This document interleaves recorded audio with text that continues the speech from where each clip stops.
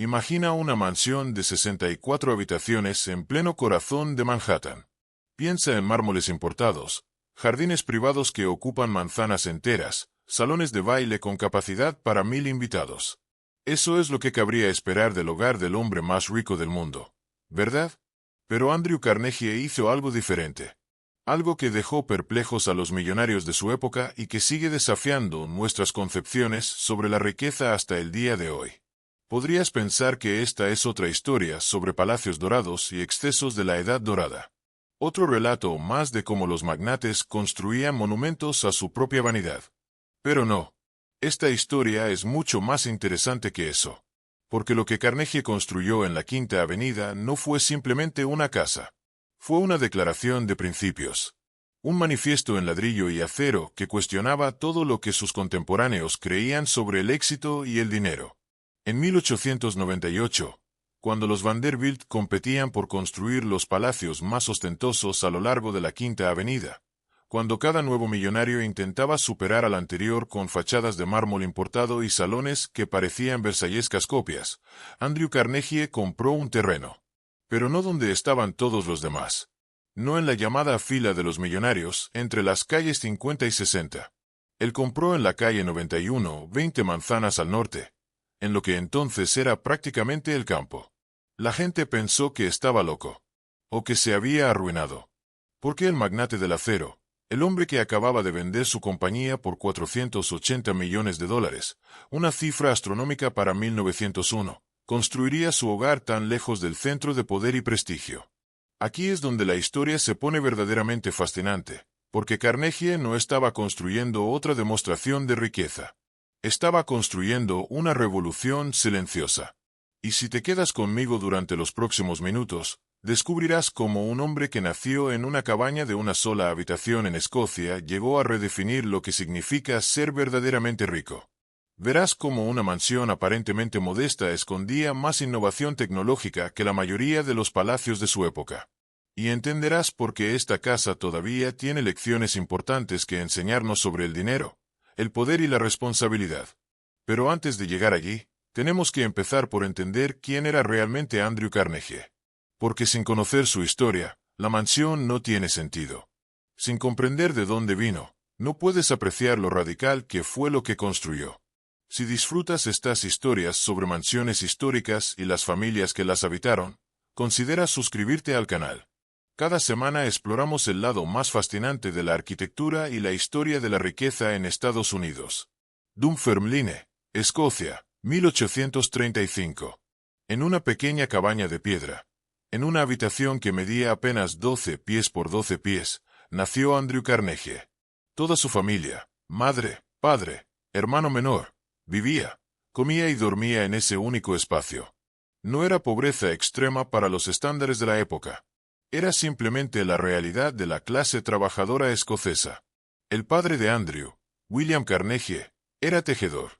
Un artesano especializado en damascos de lino, esos patrones intrincados que las familias ricas de toda Europa demandaban. Era un trabajo respetable, un oficio que requería años de aprendizaje. William era bueno en lo que hacía. Tan bueno que cuando Andrew nació, los negocios iban bien. La familia podía permitirse comprar telares adicionales. Parecía que las cosas solo mejorarían. Pero entonces llegó la revolución industrial, y con ella, el telar mecánico. Las máquinas de vapor comenzaron a producir en horas lo que William tardaba días en tejer. Y lo hacían más barato. Mucho más barato. La calidad no era tan buena, cierto, pero ¿a quién le importaba cuando podías comprar el mismo producto por la mitad del precio? Andrew tenía apenas 7 años cuando empezó a ver cómo su padre no podía encontrar trabajo.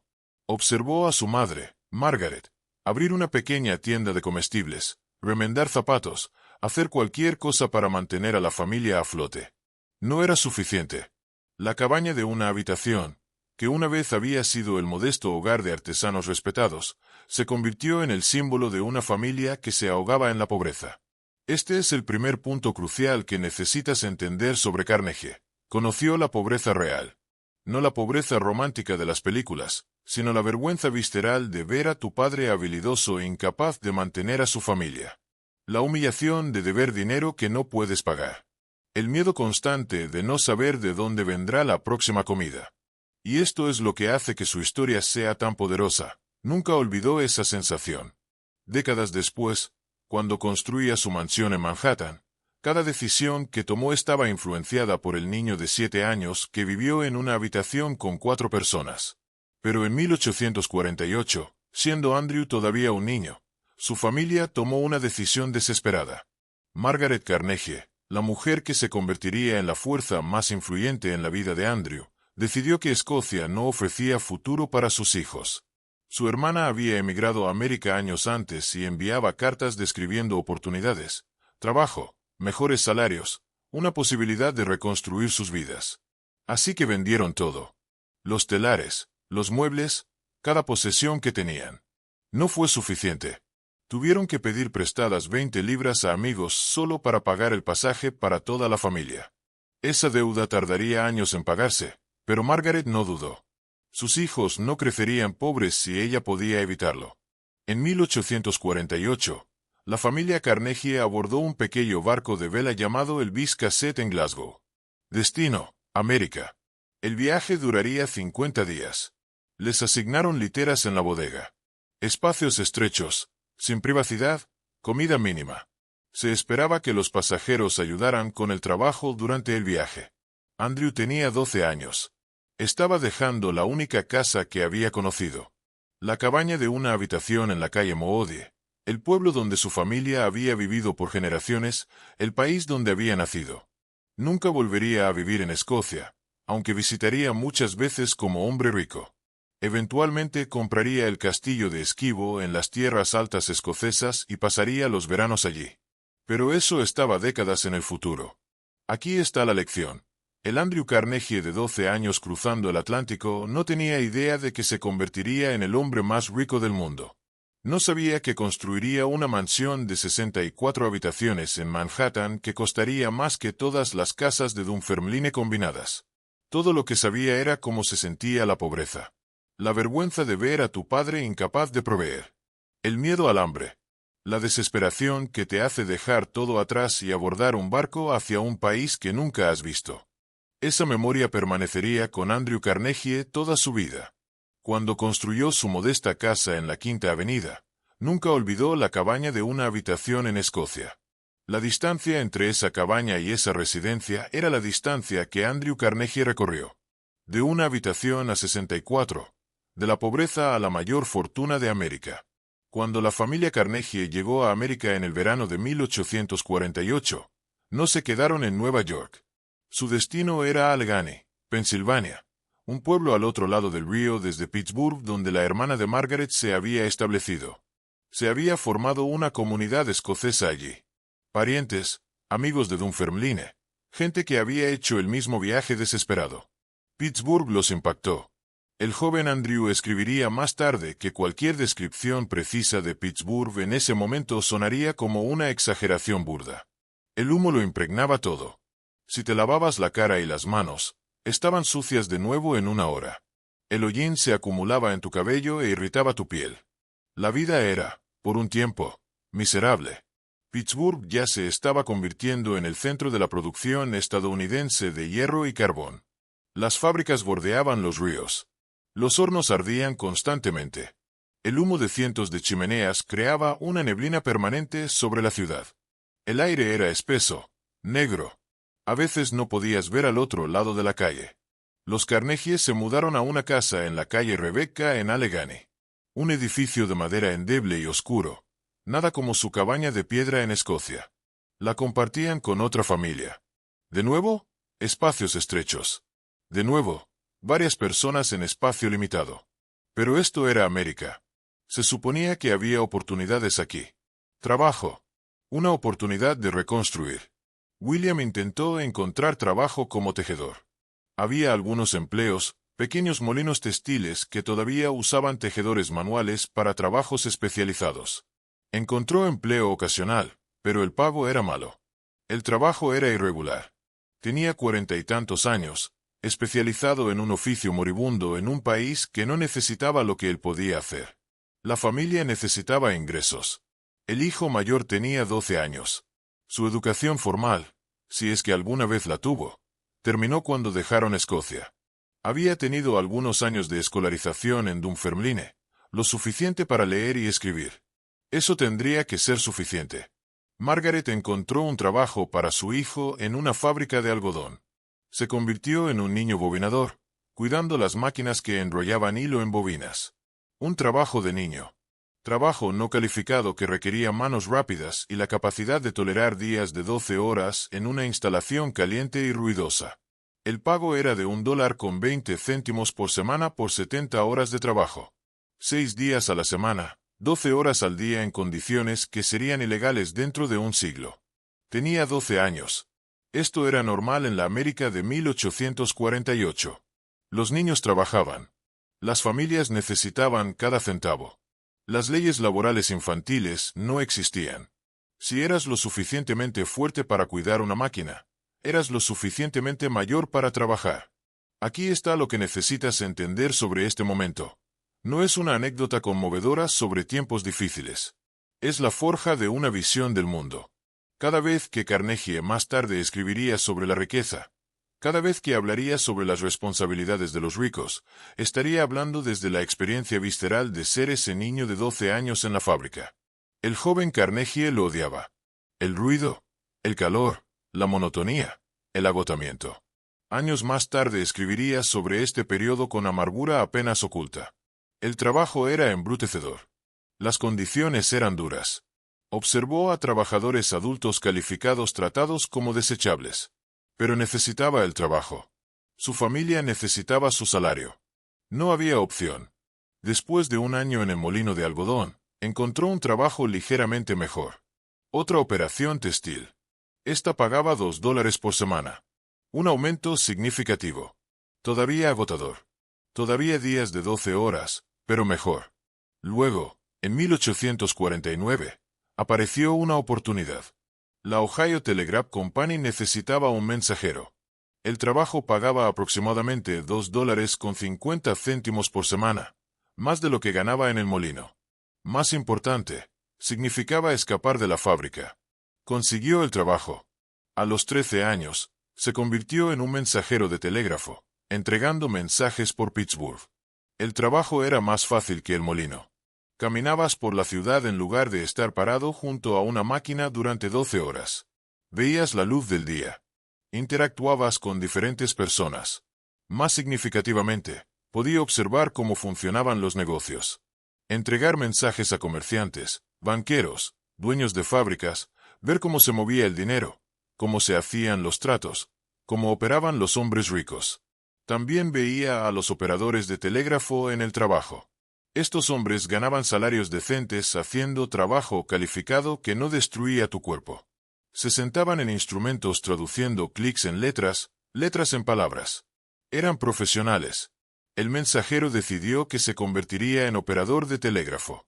El problema era que el trabajo de telégrafo requería habilidad. Necesitabas aprender el código Morse. Necesitabas reflejos rápidos y concentración. Más importante, necesitabas que alguien te enseñara. Se enseñó a sí mismo.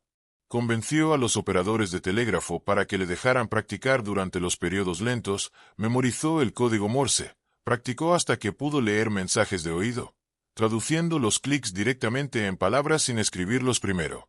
Esta era una habilidad avanzada que muchos operadores nunca dominaban. A los 15 años, se había vuelto lo suficientemente bueno como para que la compañía lo promoviera a operador de telégrafo. Su salario aumentó a aproximadamente $25 al mes. Para un inmigrante de 15 años que había comenzado a $1.20 por semana, este era un progreso notable. Pero aquí está la verdadera educación. Observación. Andrew Carnegie no solo estaba ganando dinero. Estaba estudiando. Observaba cómo los hombres de negocios construían fortunas. Veía cómo los ferrocarriles estaban transformando el comercio. Observaba qué inversiones tenían éxito y cuáles fracasaban. También conoció a Thomas Scott, superintendente de la División Occidental del Ferrocarril de Pensilvania. Scott notó al capaz joven operador de telégrafo. En 1853, le ofreció a Carnegie un trabajo como su secretario personal y operador de telégrafo a $35 al mes. 17 años, 5 años en América.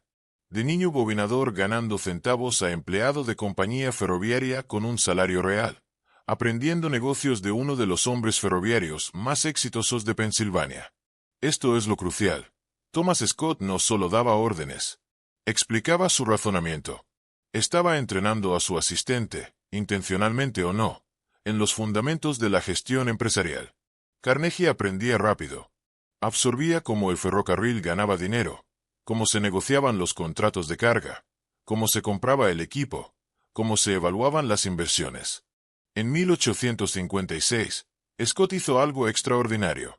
Le contó a su joven secretario sobre una oportunidad de inversión. Una nueva compañía estaba fabricando vagones cama para trenes, la compañía de vagones Cama Woodruff. Scott creía que la compañía tendría éxito. Él estaba invirtiendo $500. ¿Le gustaría a Carnegie participar? Carnegie no tenía $500. Tenía 20 años, manteniendo a su familia con su salario del ferrocarril. Sus ahorros eran mínimos. Scott sugirió que le pidiera a su madre que hipotecara su casa. $500 asegurados por la propiedad de la familia. Era un riesgo enorme. Si la inversión fracasaba, podrían perderlo todo. Margaret estuvo de acuerdo. El juicio de su hijo era sólido. Más importante, Thomas Scott creía en esta oportunidad. Se organizó la hipoteca. Carnegie compró sus acciones. Dentro de un año, la inversión estaba pagando dividendos. Pequeñas cantidades al principio, $10 aquí, 15 allá. Pero era dinero ganado sin trabajar. Dinero hecho de la propiedad en lugar del trabajo. Carnegie escribiría más tarde sobre recibir ese primer cheque de dividendos de $10. Marcó el momento en que entendió cómo se construía realmente la riqueza. El trabajo ganaba salarios. El capital ganaba rendimientos. Si querías hacerte verdaderamente rico, necesitabas capital trabajando para ti. Esta es la lección que transformaría a Carnegie de trabajador a capitalista. No es solo trabajar duro. Es poseer. Es hacer que tu dinero trabaje para ti mientras duermes. Es la diferencia entre ganar un salario y ganar retornos de inversión. Y aquí está la parte fascinante. Carnegie nunca olvidó que necesitó tomar prestada esa primera inversión. Nunca olvidó el riesgo que su familia corrió. Cuando más tarde escribió sobre la responsabilidad de los ricos, cuando argumentó que la riqueza conllevaba obligaciones, estaba hablando como alguien que recordaba cuánto coraje se necesitaba para apostar todo en una oportunidad. Scott continuó proporcionando oportunidades. Dirigió a Carnegie hacia inversiones en negocios relacionados con el ferrocarril. Plantas de hierro que suministraban rieles. Compañías que construían puentes. Operaciones petroleras en el oeste de Pensilvania. Cada inversión enseñaba lecciones sobre que tenía éxito y que fracasaba. A principios de la década de 1860, Carnegie estaba ganando más de sus inversiones que de su salario del ferrocarril. Todavía trabajaba para Scott. Había sido promovido a superintendente de la división de Pittsburgh durante la Guerra Civil, reemplazando a Scott cuando Scott se mudó a Washington. Pero el dinero real venía de las participaciones de propiedad en varios negocios. La Guerra Civil aceleró todo. La Unión necesitaba ferrocarriles. Necesitaba hierro. Necesitaba acero. Las compañías que suministraban estos materiales hicieron fortunas. Las inversiones de Carnegie en plantas de hierro y operaciones de acero generaron retornos sustanciales. En 1865, a los 29 años, Carnegie dejó el ferrocarril de Pensilvania. Había pasado 12 años aprendiendo el negocio. Ahora aplicaría esas lecciones para construir su propio imperio. La decisión de Carnegie de enfocarse en el hierro y el acero no fue casualidad. El país se estaba expandiendo. Los ferrocarriles se extendían por el continente. Las ciudades estaban creciendo. Todo ello requería hierro y acero para rieles, puentes, edificios, maquinaria. La demanda era enorme y acelerándose. Carnegie comenzó con la compañía de puentes Keystone en 1865. La empresa construía puentes, estructuras de hierro que reemplazaban los puentes de madera comunes en ese momento. Carnegie usó sus conexiones ferroviarias para asegurar contratos. Sus puentes estaban bien construidos y a precios justos. La compañía tuvo éxito. Pero los puentes eran solo el comienzo. Carnegie quería controlar todo el proceso de producción. No solo construir estructuras con hierro, producir el hierro mismo. Luego producir el acero. Luego producir las materias primas que hacían el acero. Este enfoque se llamaba integración vertical. En lugar de comprar materiales a proveedores y esperar buenos precios, eres dueño de los proveedores. Eres dueño de las minas que producían mineral de hierro.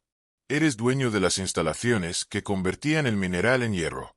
Eres dueño de las plantas que convertían el hierro en acero. Eres dueño del transporte que movía todo.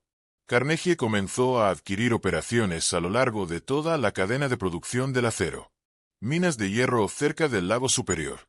Operaciones de carbón en Pensilvania. Ferrocarriles para transportar materiales. Fábricas para procesar todo. A principios de la década de 1870, aprendió sobre el proceso Bessemer, un método de producción de acero desarrollado en Gran Bretaña que era más rápido y más barato que las técnicas tradicionales. El proceso soplaba aire a través del hierro fundido, quemando las impurezas y creando acero en minutos en lugar de horas. Carnegie fue uno de los primeros industriales estadounidenses en adoptar el proceso Bessemer. En 1873, estableció las obras de acero Edgar Thomson cerca de Pittsburgh. La instalación se construyó alrededor de convertidores Bessemer. Podía producir acero a volúmenes y precios sin precedentes. El nombre fue calculado. Edgar Thomson era el presidente del ferrocarril de Pensilvania, uno de los clientes potenciales más grandes de Carnegie. Nombrar las obras de acero en su honor era un buen negocio. El momento fue afortunado. El pánico de 1873 desencadenó una depresión que duró 6 años. Los negocios quebraron. Los precios colapsaron. Muchos fabricantes de acero fueron a la bancarrota. Carnegie vio oportunidad durante la depresión. Compró a competidores que quebraban. Adquirió instalaciones adicionales a precios de ganga. Invirtió en mejoras mientras otros estaban recortando costos. Cuando la economía se recuperó, sus operaciones eran más grandes, más eficientes y mejor posicionadas que las de cualquier otro. Su enfoque de gestión era despiadado. Cada operación se analizaba en busca de eficiencia. Cada costo se examinaba. Los trabajadores eran presionados para producir más. Las instalaciones que no podían competir se cerraban.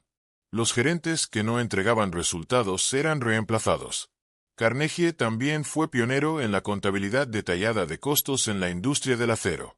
Sabía exactamente cuánto costaba cada parte del proceso de producción.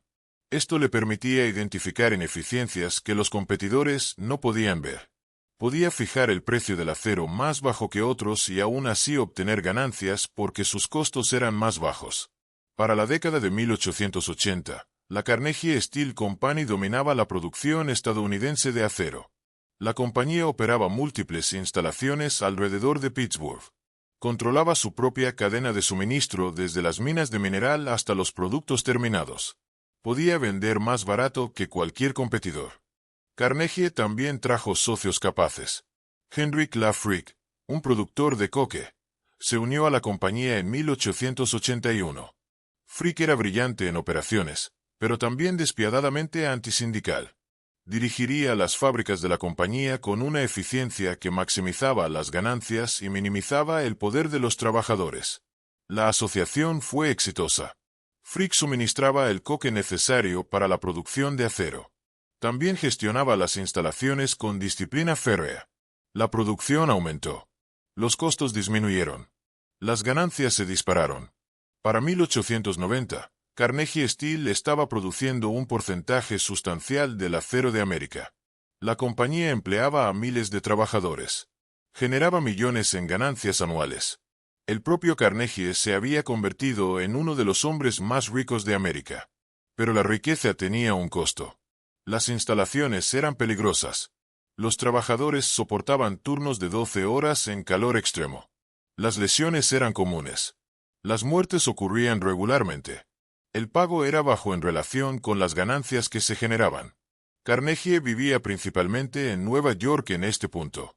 Viajaba a Escocia cada verano. Escribía ensayos sobre las obligaciones de la riqueza. Hablaba sobre los derechos de los trabajadores. Pero dejaba la gestión real de sus operaciones de acero a Frick y otros socios. Esta distancia resultaría desastrosa. En 1892, Mientras Carnegie estaba en Escocia, una disputa laboral en su instalación de Homestead explotaría en violencia que mancharía permanentemente su reputación. El 1 de julio de 1892, Carnegie estaba en Escocia. Había partido para su verano anual en el castillo de Esquivo meses antes, escapando del calor de Pittsburgh por las tierras altas escocesas. Permanecería allí hasta el otoño, gestionando sus proyectos filantrópicos y disfrutando del tiempo con su esposa Louise y su joven hija Margaret. De vuelta en Pensilvania, su planta de acero en Homestead empleaba a 3,800 trabajadores. La instalación era una de las plantas de acero más grandes de América. Producía rieles, acero estructural y placas blindadas para buques navales. Generaba enormes ganancias para la Carnegie Steel Company. Unos 800 de esos trabajadores pertenecían a la Asociación Amalgamada de Trabajadores del Hierro y el Acero, uno de los sindicatos más fuertes de América. Estos eran trabajadores calificados, laminadores, calentadores, ingenieros, hombres cuya experiencia era esencial para producir acero de calidad. Su contrato con la compañía expiraba a fines de junio. Las negociaciones para un nuevo contrato habían estado en curso desde febrero. El sindicato quería un aumento salarial. Los precios del acero eran altos. La compañía era rentable. La producción había aumentado un 60% en Homestead después de mejoras recientes. Los trabajadores querían una parte de ese éxito. Henrik Lafrick no estaba de acuerdo. Frick dirigía las operaciones de Carnegie Steel mientras Carnegie estaba en Escocia. Era brillante en gestión y absolutamente opuesto a los sindicatos. Veía a la asociación amalgamada como un obstáculo para las operaciones eficientes. La posición de Frick era calculada. Sí, la producción había aumentado un 60%. Pero eso era porque la compañía había invertido millones en nuevo equipo y mejores instalaciones. Los trabajadores no se habían vuelto un 60% más hábiles. La maquinaria había mejorado. Porque los trabajadores deberían recibir el beneficio completo de las inversiones de la compañía. El sindicato demandaba su parte. Frick se negó. Ofreció una estructura salarial que efectivamente reducía el pago de muchos trabajadores. El sindicato la rechazó. Carnegie y Frick habían discutido la situación antes de que Carnegie partiera hacia Escocia. Ambos hombres entendían que era probable una huelga.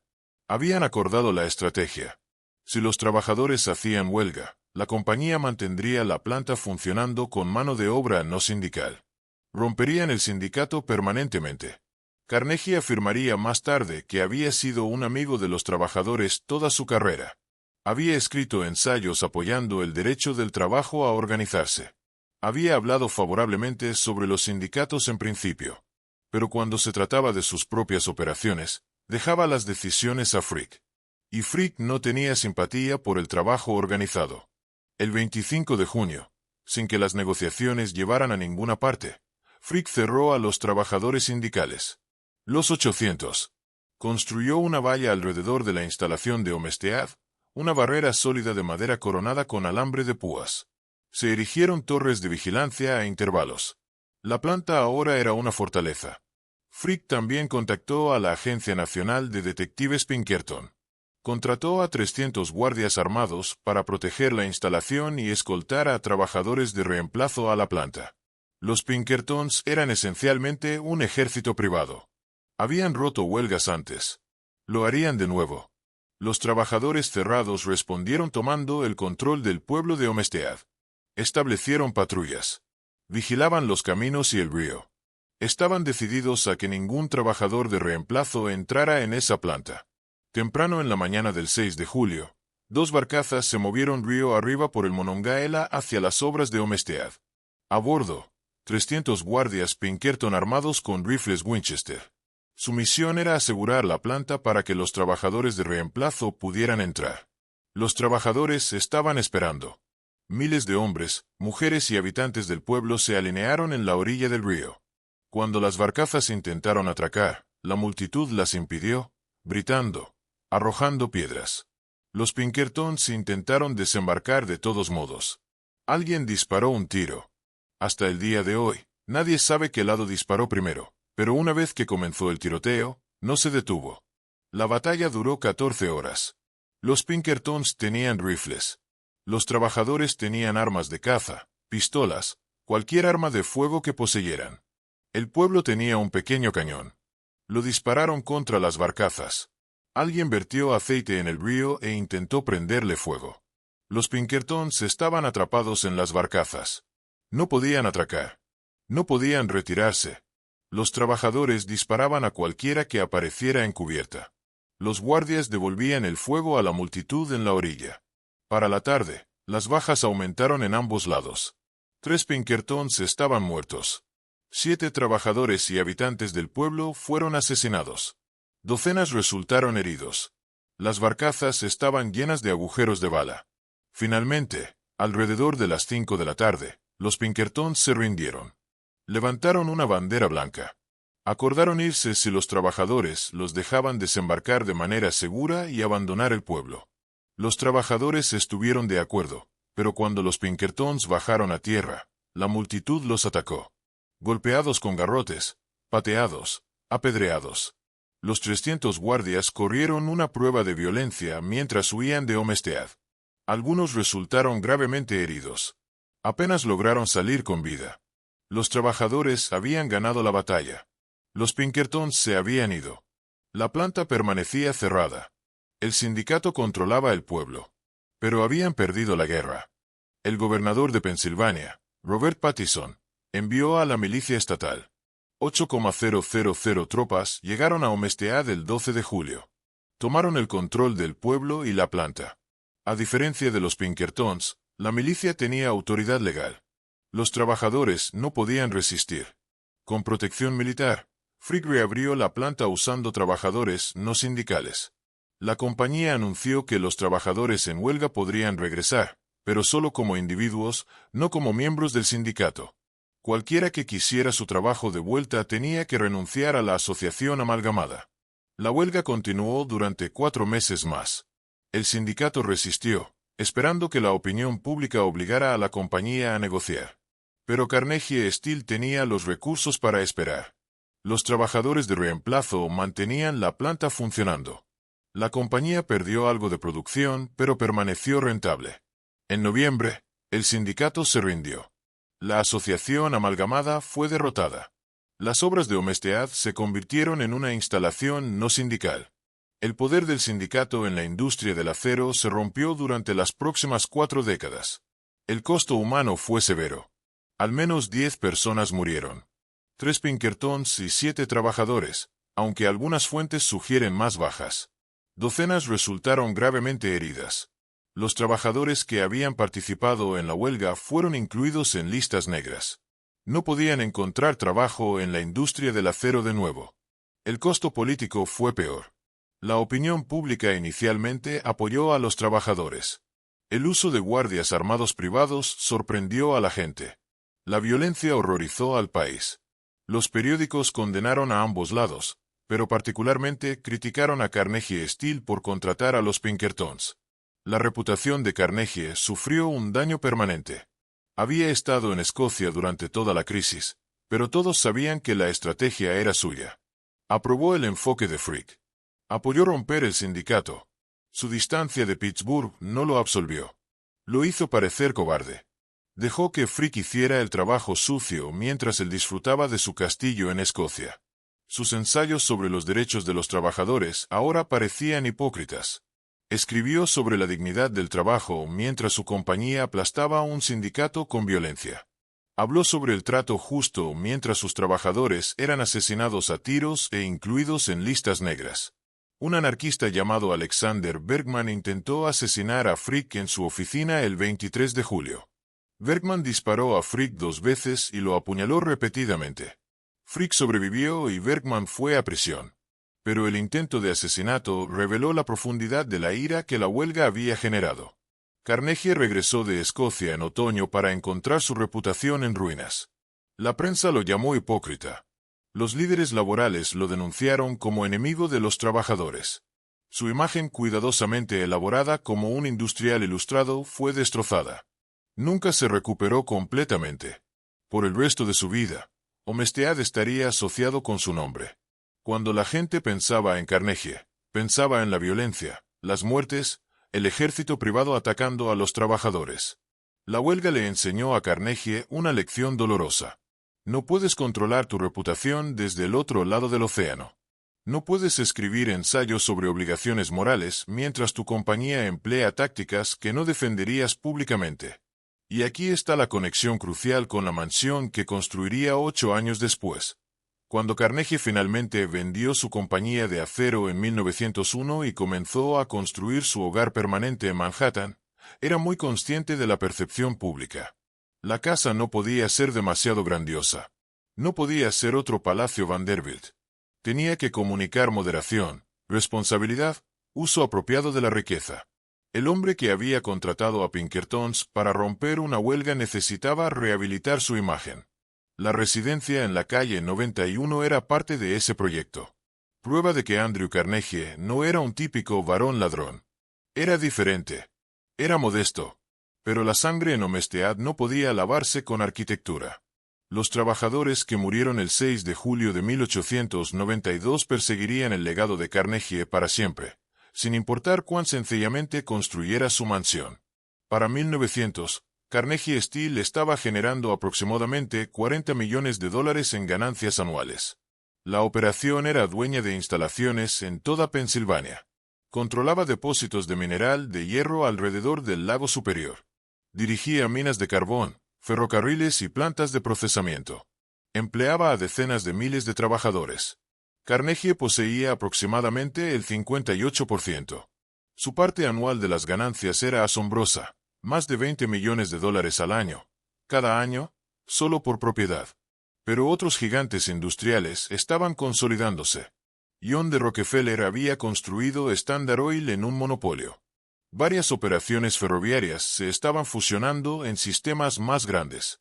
La tendencia era hacia corporaciones masivas que dominaban industrias enteras.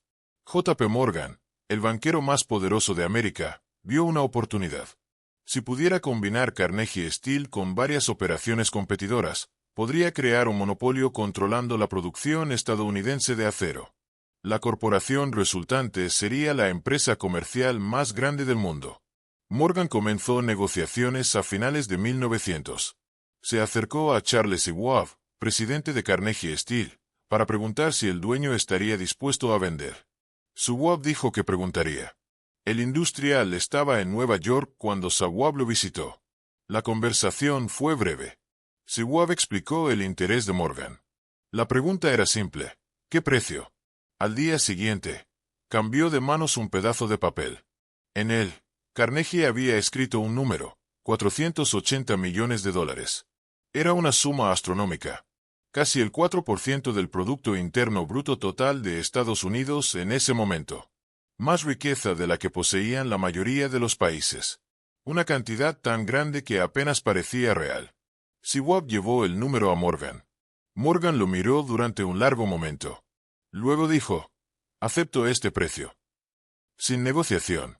Sin contraoferta. Morgan simplemente estuvo de acuerdo. Quería que el trato se cerrara antes de que alguien cambiara de opinión.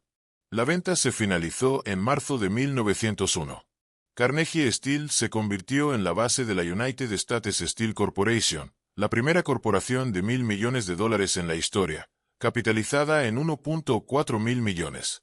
El vendedor recibió 480 millones en bonos y valores. Su parte personal por su propiedad del 58% llegó a aproximadamente 225 millones. Ajustar la inflación es difícil a través de más de un siglo, pero esa suma valdría decenas de miles de millones en la moneda de hoy. Por la mayoría de las medidas, Andrew Carnegie se convirtió en el hombre más rico del mundo. Solo John D. Rockefeller podría haber sido más rico, y las estimaciones variaban. Morgan supuestamente dijo: «Felicidades, señor Carnegie. Ahora es el hombre más rico del mundo». La respuesta: «Y usted me ha hecho así». Los bonos fueron entregados a una bóveda especial en Hoboken, Nueva Jersey. El volumen físico de casi 230 millones en valores requirió una bóveda especialmente construida. Ahora poseía papeles que representaban más riqueza de la que la mayoría de la gente podía imaginar. 65 años, trabajando desde los 12 años, Construyó su operación de la nada hasta convertirla en la fuerza dominante en la industria estadounidense. Ahora había terminado. Retirado. Libre para hacer lo que quisiera. Y lo que quería era regalarlo. El trabajo filantrópico ya había comenzado. Se habían financiado bibliotecas en Escocia y algunas en América. Se habían hecho algunas contribuciones caritativas. Pero estos eran esfuerzos menores comparados con la fortuna ahora a su disposición. El proceso se volvió sistemático. Desde su oficina en la mansión, la casa construida el año anterior en la calle 91, gestionaba la distribución de cientos de millones. Las bibliotecas se convirtieron en el enfoque principal. Creía que la educación y el acceso al conocimiento eran claves para mejorar la sociedad. Un niño pobre en Pittsburgh había usado la biblioteca gratuita del coronel Anderson para educarse. Ahora se crearían miles de tales oportunidades. El proceso era sencillo. Un pueblo solicitaría fondos para una biblioteca. El personal evaluaría la solicitud. Si el pueblo aceptaba mantenerla con fondos públicos, pagando por el personal, los libros y las operaciones, se financiaría la construcción. El edificio sería gratuito. Los libros serían gratuitos. Cualquiera podría entrar y usarlos. Durante los siguientes 18 años, los fondos fueron a más de 2,800 bibliotecas en América, Gran Bretaña, Canadá, Australia, Nueva Zelanda y el Caribe. Pueblos pequeños y grandes ciudades. Comunidades que nunca habían tenido una biblioteca pública de repente tenían hermosos edificios llenos de libros. El costo fue de aproximadamente $60 millones. En términos modernos, más de 1.000 millones gastados solo en bibliotecas. Pero las bibliotecas eran solo el comienzo. Universidades y colegios recibieron fondos. Se estableció el Instituto de Tecnología Carnegie en Pittsburgh. Eventualmente se convertiría en la Universidad Carnegie Mellon. Se creó la Institución Carnegie para la Investigación Científica en Washington. Se financió el Carnegie Hall en Nueva York para actuaciones musicales. Se establecieron fundaciones. La dotación Carnegie para la Paz Internacional recibió 10 millones para trabajar hacia el fin de la guerra. El Fondo Carnegie de Héroes recibió 5 millones para apoyar a las familias de personas que murieron salvando a otros. El Carnegie Trust para las universidades de Escocia recibió 10 millones. Las pensiones de maestros recibieron apoyo. Órganos de iglesia, piscinas en pueblos escoceses, museos, organizaciones de paz, cualquier cosa que pareciera probable de mejorar la sociedad y ayudar a la gente a superarse a sí misma. La donación se volvió sistemática. Cada mañana en su oficina en la mansión, se revisaban solicitudes y propuestas. El personal investigaba y evaluaba. Se firmaban cheques. Se autorizaban subvenciones. Millones fluyendo cada año. Había escrito que morir rico sería vergonzoso. Tenía la intención de regalar cada centavo antes de morir. No dejarlo a fundaciones que lo gastarían más tarde. Supervisar personalmente su distribución mientras estaba vivo. La mansión en la calle 91 se convirtió en la sede de esta operación. La casa más sencilla de Nueva York era en realidad el centro de control para el esfuerzo filantrópico más grande de la historia. Desde su biblioteca con vista al jardín, la fortuna ganada con el acero se redistribuía. Había ironía en esto. La riqueza que se regalaba tan generosamente se había ganado a través de las mismas prácticas comerciales despiadadas que habían aplastado al sindicato de Homestead. Las bibliotecas que se construían en toda América fueron financiadas por las ganancias extraídas de trabajadores a los que guardias privados les habían disparado. Parecía creer genuinamente que estaba haciendo el bien.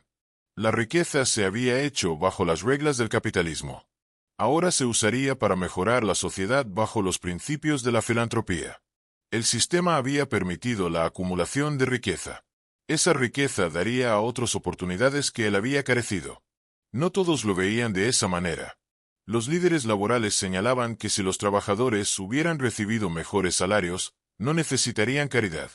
Los críticos argumentaban que construir bibliotecas no compensaba construir una fortuna sobre la explotación. Pero el esfuerzo continuó sin importar. Los recursos continuaron fluyendo hacia causas que se creía que ayudaban a la humanidad. Para 1919, cuando llegó la muerte, se habían regalado aproximadamente $350 millones, aproximadamente el 90% de la fortuna. Se había logrado el objetivo declarado. No murió rico. La gran mayoría se había redistribuido durante su vida. La mansión se erigía como símbolo de este complicado legado. Lo suficientemente modesta para mostrar moderación. Lo suficientemente grande para gestionar un imperio filantrópico. Lo suficientemente cómoda para una familia. Lo suficientemente sencilla para hacer una declaración. El viaje había sido extraordinario. De una cabaña de una habitación a 64 habitaciones. De la pobreza absoluta al hombre más rico del mundo. De la nada a todo. Y luego de todo de vuelta a algo parecido a la humildad. La casa en la calle 91 fue donde esa transformación se completó. Donde el varón ladrón se convirtió en el filántropo. Donde el magnate del acero se convirtió en el benefactor. Donde Andrew Carnegie intentó demostrar que un hombre que había ganado su fortuna despiadadamente aún podía gastarla sabiamente. Cuando Carnegie le dio instrucciones a los arquitectos Babb, Cook y Willard en 1898, sus palabras fueron específicas. Construyanme la casa más modesta, sencilla y espaciosa de Nueva York. Los arquitectos entendieron lo que quería decir. No modesta en tamaño, el edificio sería enorme, sino contenida en apariencia. Sin ornamentación excesiva. Sin culpa. Sin estatuas de mármol. Sin pretensiones de chateau francés. Diseñaron una estructura al estilo de una casa de campo georgiana. Ladrillo rojo, líneas simples, proporciones clásicas sin decoración excesiva. El tipo de finca que un caballero inglés podría poseer en el campo, escalado a proporciones de Manhattan. La construcción comenzó en 1899 y tomó 3 años completarla. El edificio terminado contenía 64 habitaciones distribuidas en 4 pisos. Más de 56,000 pies cuadrados de espacio habitable. Una de las residencias privadas más grandes de Estados Unidos. Pero aquí está lo fascinante. Debajo de esa fachada aparentemente conservadora, Carnegie construyó una de las casas tecnológicamente más avanzadas de su tiempo. El edificio tenía un esqueleto de acero. Esto era revolucionario para una residencia privada en 1900. La mayoría de las mansiones de la Quinta Avenida eran estructuras de mampostería pesada, sus paredes soportando todo el peso del edificio. Carnegie usó el mismo material que había construido su imperio para sostener su hogar. Vigas y marcos de acero crearon un armazón lo suficientemente liviano como para permitir ventanas amplias y techos altos sin sacrificar estabilidad. Era una prueba silenciosa de que la misma ingeniería que había cambiado las ciudades de América también podía remodelar cómo vivían sus ciudadanos más ricos. Dentro de ese marco, una red de sistemas dio vida a la casa. Abajo en el sótano, 2 enormes calderas Babcock y Wilcox proporcionaban calefacción de vapor a todos los pisos. Estos no eran calderas domésticas ordinarias. Eran del tipo usado en barcos y fábricas, reducidos para servir a una sola familia. El vapor subía a través de tuberías ocultas, alimentando radiadores en cada habitación. El sistema mantenía la casa a una temperatura uniforme durante los inviernos de Nueva York, algo que pocas casas podían afirmar. La electricidad alimentaba el resto de la casa. Mientras muchos neoyorquinos ricos todavía dependían de la luz de gas, Carnegie insistió en la electrificación completa. El cableado se instaló durante la construcción, oculto dentro de las paredes y techos, una previsión rara en ese momento. Bombillas eléctricas iluminaban la biblioteca, la sala de música, el comedor e incluso las habitaciones de los sirvientes. Interruptores de luz reemplazaron las llaves de gas. La casa podía iluminarse en segundos, su resplandor extendiéndose uniformemente a través de candelabros y apliques diseñados para la nueva tecnología. Carnegie tenía un interés particular en la calefacción y ventilación de la mansión. Quería un sistema que proporcionara calor sin humo, luz sin peligro y aire sin corrientes de aire. La solución fue una combinación de radiadores, agua caliente circulante y una red de conductos que distribuían aire fresco por todo el edificio. Incluso los ascensores representaban innovación. El montacargas de servicio de la mansión, construido por Otis Elevator Company, usaba un motor eléctrico temprano en lugar de energía hidráulica. Permitía al personal moverse entre el sótano, las cocinas y los pisos superiores rápida y seguramente.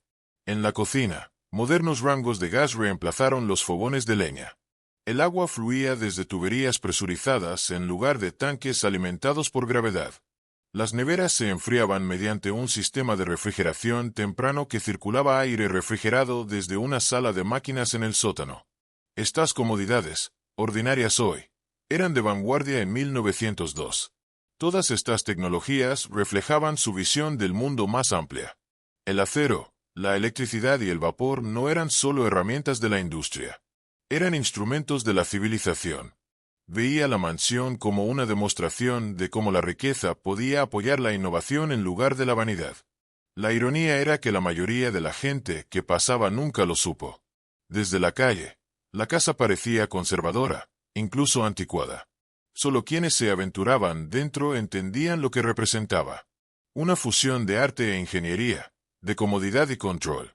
Era un palacio estadounidense construido no sobre mármol sino sobre ingenio. Pero había otra innovación que distinguió a esta casa de todas las demás residencias de Manhattan: el jardín. En una ciudad construida de piedra, acero y ambición, el mayor lujo de Andrew Carnegie no era oro ni mármol, sino espacio verde. Detrás de los altos muros de su mansión en la Quinta Avenida se extendía uno de los jardines privados más grandes de Manhattan. Un santuario de césped, árboles y luz en una metrópolis que rara vez permitía nada de eso. Cuando se compró el terreno en 1898, se extendía el bloque completo de la Quinta a la Avenida Madison. La mayoría de los desarrolladores lo habrían llenado con más casa o con un patio de carruajes y alas de sirvientes. Carnegie hizo lo contrario. Construyó su hogar a lo largo del borde norte y le dio el resto del terreno al jardín. Quería que su hija creciera con espacio para correr, aire para respirar y una vista que no estuviera hecha de ladrillos. El jardín era su respuesta al ruido de la ciudad y el exceso de sus pares. El diseño del paisaje siguió la misma filosofía que la casa: funcional, no decorativo. Elegante, no grandioso. Un amplio césped se abría desde la parte trasera de la mansión, enmarcado por olmos y setos bajos. Caminos de grava triturada serpenteaban a través de lechos de hiedra y arbustos florecientes. En el extremo más alejado había una pérgola de madera y piedra, sus columnas suavizadas por enredaderas trepadoras. Debajo de ella, los bancos ofrecían sombra en verano y refugio bajo la lluvia. Una valla de hierro fundido con postes de granito encerraba toda la propiedad. Desde la calle, los peatones solo podían vislumbrar una línea de verde sobre el muro. Dentro, el espacio se sentía como un parque privado. El zumbido de la Quinta Avenida se desvanecía, reemplazado por el canto de los pájaros y el susurro del viento a través de las hojas. Para Andrew y Louise, el jardín era más que un terreno de placer. Era parte de la arquitectura moral de la casa. La riqueza, creía, debía crear belleza que mejorara la vida, no que la aislara. Su jardín estaba diseñado para ser compartido, no por multitudes, sino por momentos de generosidad. Era conocido por permitir que los niños del vecindario jugaran allí bajo la supervisión del jardinero. Durante esas pocas horas, el jardín más rico de Manhattan se convirtió en el patio de recreo más libre de la ciudad. Margaret creció en ese espacio. Las fotografías la muestran con vestidos blancos, persiguiendo una pelota o leyendo bajo un árbol, mientras su madre cuidaba el invernadero. Los veranos estaban llenos del aroma de las lilas y el sonido de música de piano que se filtraba a través de las ventanas abiertas de la sala de música. En el borde occidental de la propiedad estaba el invernadero, un invernadero de vidrio y hierro modelado según los de las fincas inglesas. Dentro, Louise cultivaba orquídeas y plantas tropicales, un pequeño mundo de color en los meses grises. El aire era cálido y húmedo, pesado con el olor de la tierra. Carnegie mismo a veces caminaba allí después del desayuno, inspeccionando las plantas como un ingeniero revisando una máquina. Cada hoja, cada floración, un pequeño triunfo del cuidado humano sobre el hollín y el humo de la ciudad. El jardín también servía un propósito práctico. Traía luz y aire a las habitaciones inferiores de la mansión. Las grandes ventanas de la biblioteca y el comedor se abrían directamente a la vegetación. El efecto era deliberado.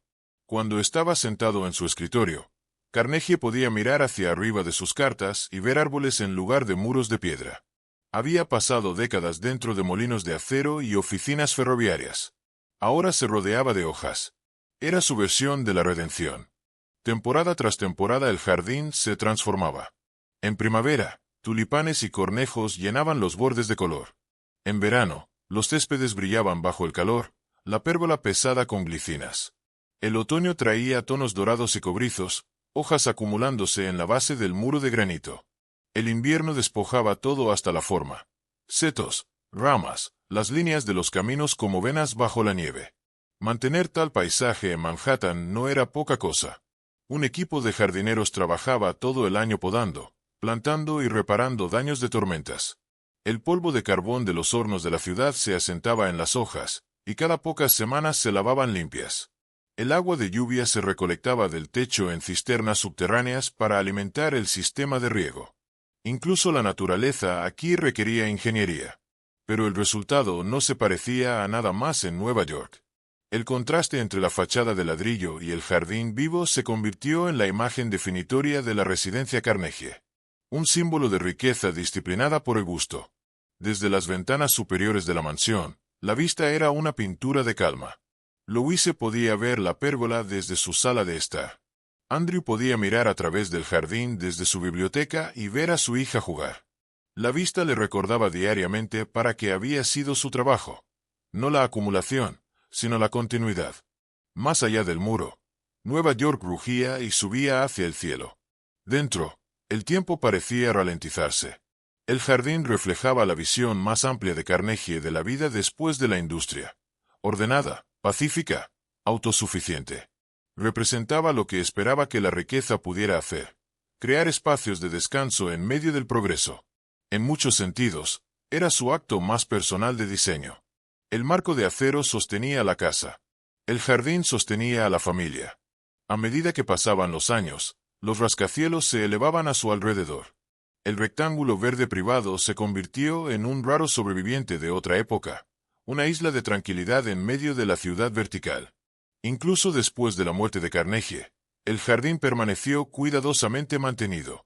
Mucho antes de que la preservación histórica se convirtiera en una causa, la propiedad se erigía como un monumento involuntario al equilibrio, a la idea de que el progreso y la paz podían existir lado a lado. Para Carnegie, había sido más que un lugar para caminar o sentarse.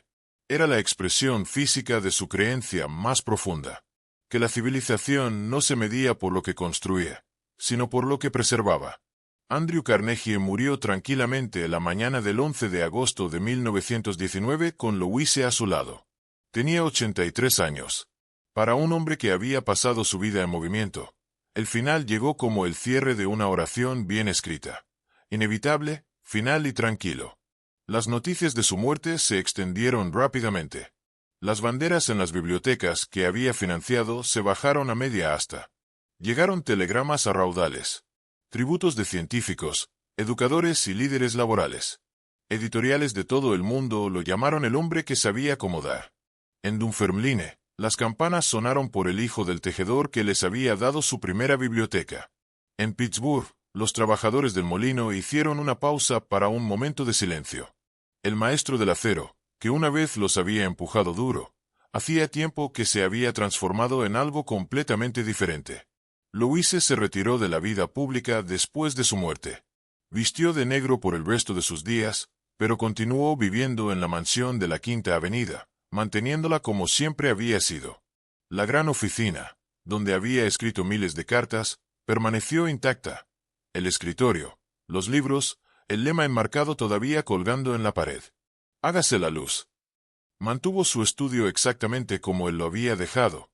La silla empujada ligeramente hacia atrás del escritorio, como si acabara de levantarse.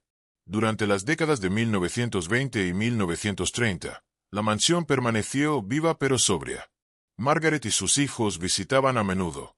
Las risas de los nietos reemplazaron la música que una vez llenó la casa. El jardín continuó floreciendo cada primavera, y Louise insistió en que los mismos jardineros lo cuidaran, sus herramientas y rutinas sin cambios. Lo veía no como un monumento, sino como una memoria viva. Afuera, la ciudad cambió. La Quinta Avenida se elevó a su alrededor en vidrio y acero. La esquina, una vez tranquila en la calle 91, se convirtió en parte de la milla de los museos, llena de tráfico y ruido. Sin embargo, detrás de la valla de granito, La mansión se mantuvo intacta, una isla de una época anterior. Cuando Louise murió en 1946, el mundo a su alrededor había sido rehecho por dos guerras y una nueva generación de industria. La mansión, todavía intacta, pasó eventualmente al cuidado de la familia Cooper-Hewitt y luego se convirtió en el Museo de Diseño Cooper-Hewitt-Smithsonian, preservando tanto la arquitectura como el espíritu de innovación que definió a su constructor. La fortuna de Carnegie había desaparecido hace mucho de las manos privadas, dispersada por todo el mundo a través de universidades, bibliotecas y fundaciones. Su nombre aparecía no en libros de contabilidad bancarios, sino en fachadas, páginas de título y placas en salas de lectura desde Dunfermline hasta Delhi. Había cumplido su promesa de morir pobre, habiendo devuelto su riqueza al mundo. En Sleepy Hollow, su tumba permaneció intacta, sombreada por árboles y rodeada de tranquilidad. Los visitantes todavía vienen, algunos por admiración, otros por curiosidad. La mayoría deja una sola palabra en el libro de visitas: gracias. Si hubiera podido leer esas notas, podría haber sonreído. A pesar de toda su ambición, toda su creencia en el progreso, Carnegie nunca buscó gratitud. Solo quería pruebas de que su fe en la humanidad no había estado fuera de lugar. En 1949, Margaret Carnegie Miller transfirió la mansión a la Cooper Union for the Advancement of Science and Art, que la renombró como el Museo Cooper-Hewitt de Artes Decorativas y Diseño. Por primera vez, las puertas se abrieron no para invitados, sino para el público. Los visitantes subían los mismos escalones, una vez reservados para amigos y dignatarios, y entraban en habitaciones llenas no de retratos familiares, sino de exposiciones de artesanía e innovación. La transformación de la mansión de hogar a museo fue tan simbólica como práctica. Una visión privada que se volvió hacia afuera. Cuando el Museo Cooper-Hewitt abrió oficialmente sus puertas al público en 1976, el evento atrajo multitudes que se extendían a lo largo de la Quinta Avenida. Era el año del bicentenario de Estados Unidos, un momento apropiado para un museo que celebraba el arte de hacer. Dentro, las habitaciones brillaban bajo candelabros restaurados. Los paneles de roble y los techos tallados enmarcaban exhibiciones de muebles, textiles y diseño industrial. Las mismas paredes que habían presenciado el nacimiento de la filantropía moderna ahora hablaban en un nuevo lenguaje: la creatividad. Para curadores y visitantes por igual, el edificio se convirtió en más que un escenario. Era parte de la historia. Cada galería ocupaba una habitación que una vez había servido a otro propósito. El comedor se convirtió en un espacio de exposición. La biblioteca se transformó en una galería de estudio. Y el invernadero albergaba instalaciones temporales bañadas en luz natural. Debajo de la superficie, la ingeniería original de la casa continuaba funcionando. Su esqueleto de acero oculto todavía soportaba el peso de nuevas generaciones de ideas. El museo encarnaba los valores que habían definido a Carnegie: educación, acceso y mejora a través del conocimiento. Las colecciones se centraban en la intersección del arte y la tecnología, mostrando cómo el diseño podía dar forma a la experiencia cotidiana. A través de las décadas, la mansión resistió el tiempo con gracia. Sin embargo, para principios de la década de 2000, requería una restauración extensa. Entre 2011 y 2014, el museo se sometió a una renovación importante para preservar su arquitectura histórica mientras actualizaba su infraestructura para el siglo XXI. Los artesanos restauraron los techos tallados. Los electricistas recablearon el edificio para iluminación moderna. Y los conservadores limpiaron la fachada de piedra una pulgada cuidadosa a la vez. Cuando el museo reabrió, se sentía renovado y familiar. El salón de entrada brillaba una vez más. La sala de música, donde los recitales de órgano una vez llenaban el aire, ahora mostraba exhibiciones interactivas sobre sonido y diseño. La biblioteca, meticulosamente preservada, permaneció como un punto destacado.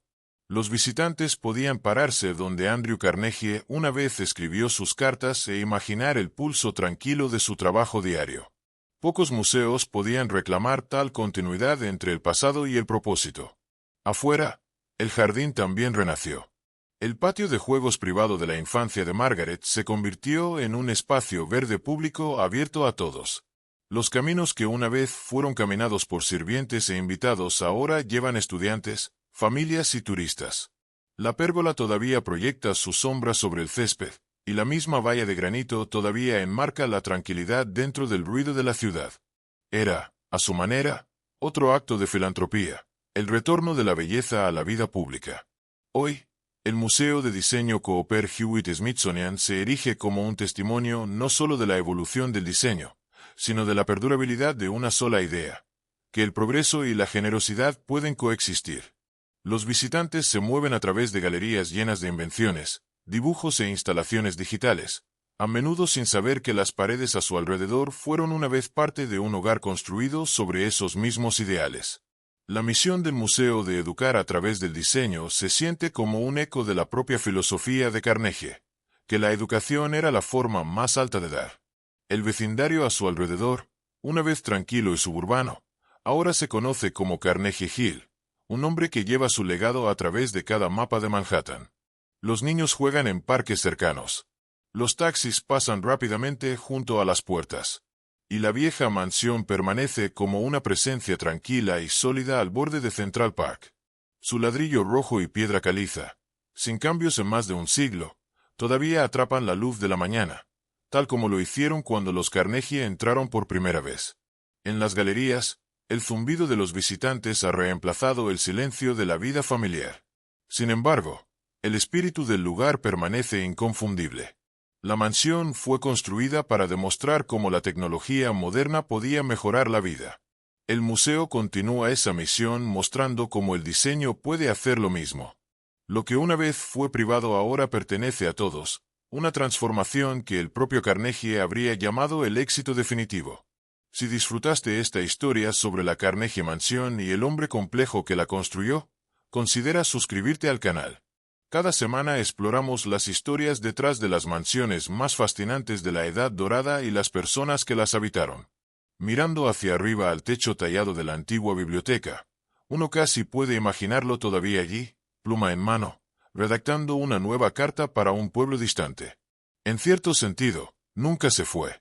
Su creencia en el potencial humano habita cada detalle del edificio, desde las vigas de acero que lo sostienen hasta la luz que fluye a través de sus altas ventanas.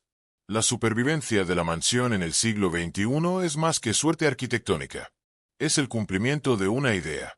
Comenzó como un hogar, se convirtió en un símbolo y ahora se erige como un museo que educa, inspira y recuerda a los visitantes que la generosidad también es una forma de diseño. La formación de un mundo mejor. Afuera, el jardín permanece abierto, verde contra la piedra de la ciudad. Los niños corren donde una vez jugó Margaret. Los adultos descansan en bancos donde Andrew y Louise una vez caminaron. Las paredes todavía protegen un pequeño pedazo de tranquilidad en Manhattan, un recordatorio de que el progreso no siempre significa construir más alto, sino construir con propósito. El hombre que una vez prometió regalar su fortuna difícilmente podría haber imaginado un legado más apropiado. La mansión que llamó sencilla se ha convertido en un faro de imaginación. Y en el silencio de sus galerías, entre el zumbido de voces y el clic de pasos en pisos de roble, su viejo lema todavía parece persistir en el aire. Suave, tácito, eterno. Hágase la luz.